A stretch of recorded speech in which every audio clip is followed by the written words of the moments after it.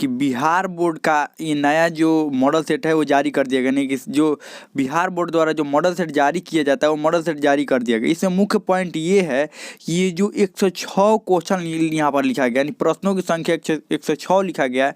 क्या objective question अब 106 गो रहेगा या 100 गो रहेगा? पिछले बार तो 100 गो था और इस बार भी कहा गया था कि 100 गो ही रहेगा। तो यहाँ पर 106 क्यों जारी किया गया है? कौन सी ऐसी बात है जिसके कारण 106? क्या फाइनल परीक्षा में भी 106 ही रहेगा? देखिए, इसको समझने के लिए देखिए नीचे इसको समझना पड़ेगा कि यहाँ पर 106 को प्रश्नों की संख्या क्यों जारी किया गया और फाइनल एग्जाम में भी इतने ही प्रश्न रहेंगे। ध्यान रखिएगा, फाइनल एग्जाम में भी इतने ही प्रश्न रहेंगे, लेकिन ध्यान से इसका इंस्ट्रक्शन जो होता है, निर्देश, वो पढ़ना होता है। अब देखिए इस बार निर्देश इसको क्या पढ़ना है, पूरा ध्यान से समझिए, पूरा विस्तार से समझिए, इसको समझने की जरूरत है।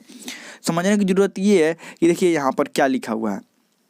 ये जो प्रश्न होते हैं ये दो भाग में होता है, एक खंड अ होता है और एक जो खंड होता है, देखिए 2 खंडों में होता है। ये प्रश्न जो होते हैं ये 2 खंडों में होते हैं। यहाँ पर खंड अ और खंड ब 2 खंड में होते हैं। तो वहाँ पर ऊपर क्या लिखा हुआ है? टोटल कितने? 106 को क्वेश्चन दिया हुआ है।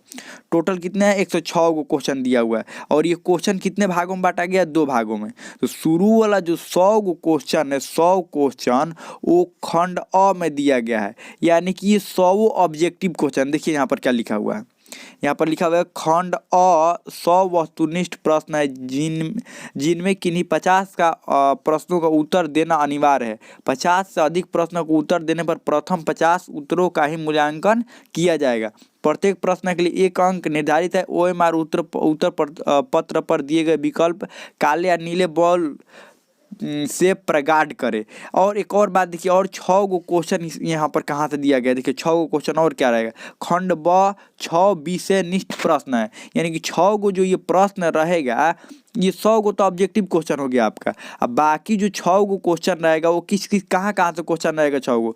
पहला तो रहेगा, पहला और दूसरा 2 गो तो रहेगा गद्यांश आता है, 2 गो आपका, 2 गो, यानी कि कुल मिला के यहाँ पर क्वेश्चन 4 गो गद्यांश आता है, जिसमें से आपको सॉल्व कितना करना होता है? 1 2 गो गद्यांश सॉल्व करना होता है। तीसरा नंबर में जो क्वेश्चन होता है वो क्या रहता है? पत्र लिखना होता है, पत्र या संवाद होता है। 3 गो क्वेश्चन हो गया।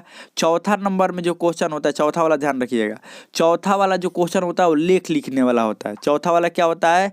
लेख लिखने वाला होता है, ध्यान रखिएगा। पहला और दूसरा 2 गद्यांश हो गया, तीसरा पत्र हो गया, चौथा लेख लिखने वाला हो गया। और 5वां नंबर का जो क्वेश्चन होता है ये लघु उत्तरीय प्रश्न या अति लघु भी कह सकते हैं। इसके 20 से 30 शब्दों में उत्तर देना होता है। कितने शब्दों में?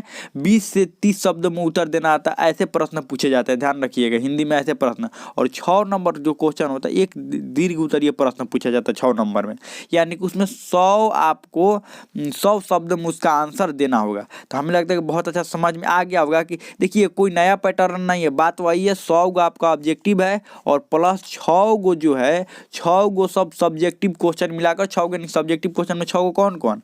पहला और दूसरा दोनों रहेगा आपका गद्यांश रहेगा, और तीसरा जो रहेगा वो पत्र रहेगा, चौथा जो रहेगा वो लेख रहेगा, और 5वां और 5वां नंबर में जो प्रश्न अति लघु रहेगा, और 7 नंबर में दीर्घ प्रश्न रहता है।